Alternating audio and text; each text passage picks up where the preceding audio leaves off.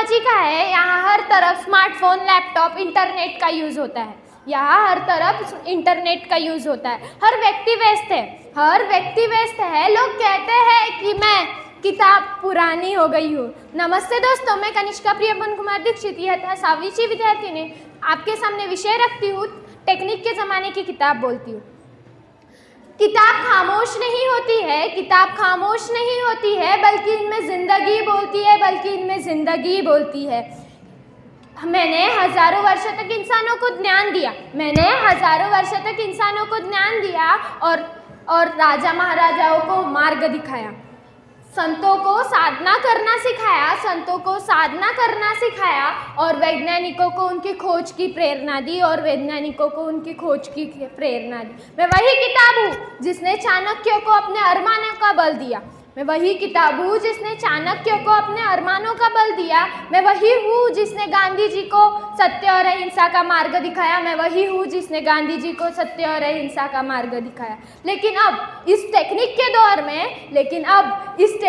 दौर में लोग मुझे भूल रहे हैं, लोग मुझे भूल रहे हैं। अब लोग ई पुस्तक पढ़ते हुए, वीडियो देखते हुए सोशल मीडिया में खो जाते हैं, सोशल मीडिया में खो जाते हैं। मुझे ये देखकर दुख होता है कि अभी मेरा महत्व ही नहीं रहा। लोग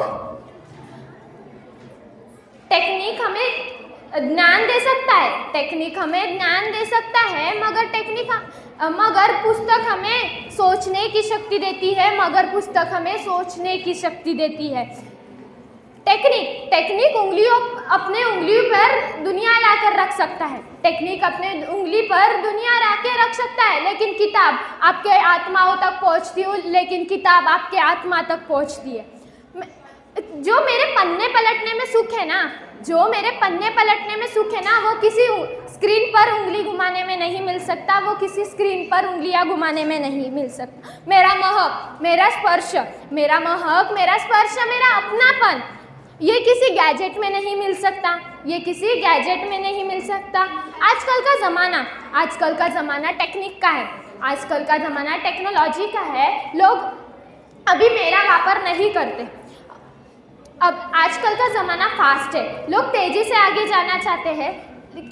लेकिन क्या आपको ये तेज़ी आत्मिक समाधान दे पा रही है आपको? टेक्निक आपको गहराई दे सकती है, मगर किताब आपको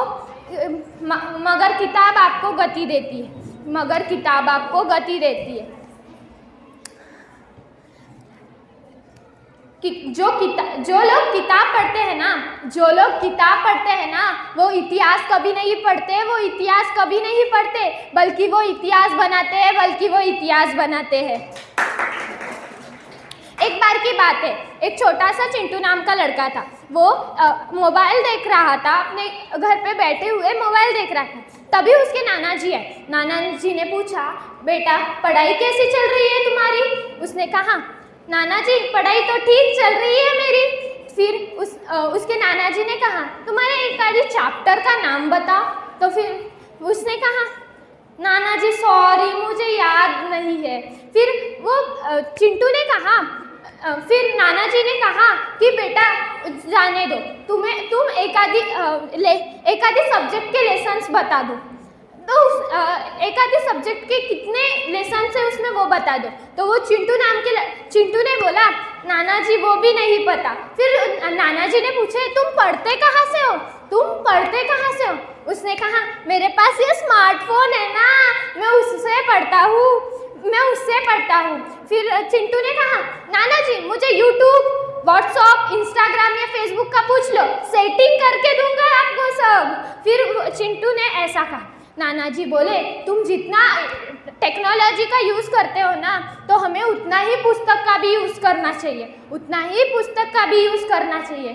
तो फिर चिंटू ने कहा, नाना जी आज से मैं किताब भी पढ़ूंगा और किताब पढ़ूंगा। तो फिर चिंटू ने नाना जी को बोला कि मैं आज से किताब भी पढ़ूंगा नाना जी। फिर मैं जाते जाते इतना ही कहना चाहूँगी, टेक्निक कितनी भी उन्नति हो जाए, लेकिन लेकिन किताब का महत्व कभी ख़त्म नहीं हो सकता, किताब का महत्व कभी ख़त्म नहीं हो सकता। धन्यवाद।